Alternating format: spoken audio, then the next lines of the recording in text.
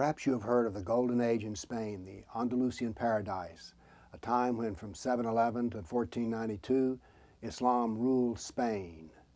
We're told it was a wonderful place where Jews, Christians, Muslims all lived together in harmony. It was a wonderful multicultural community. Well, this is not quite true, and there's a book been written about this subject. By the way, one of the ways to see the importance of Spain being free of Islam is to think of a Europe that was dominated by Islam. No music, no art and sculpture, no art and painting. So these are just some of the small effects if the multicultural paradise in Spain had ruled Europe.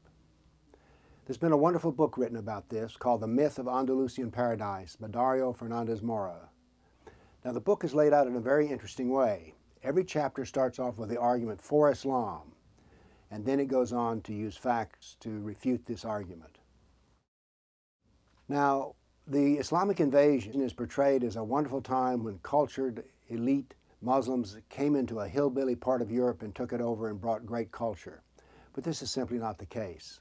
Spain was Western Rome. They had poets, emperors, they had fine municipal buildings, irrigation, they had wonderful art.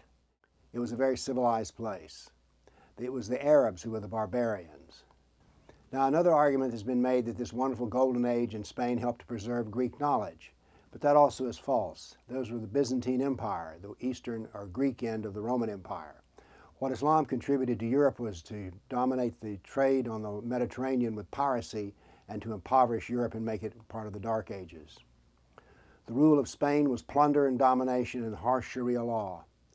Christians and Jews who spoke against Islam could be murdered. Also in the Muslim community there was a violent suppression of heresies and apostasy. This was not a nice place to live. Here's how ironic it is. There are some writers who even say that the sex slaves in Andalusian harems were somehow or other free women. I don't know how they put that together, but it is an argument that's advanced. There were atrocities committed both publicly and private by Muslim rulers. As an example, one Muslim ruler every spring and every fall went out on jihad raids.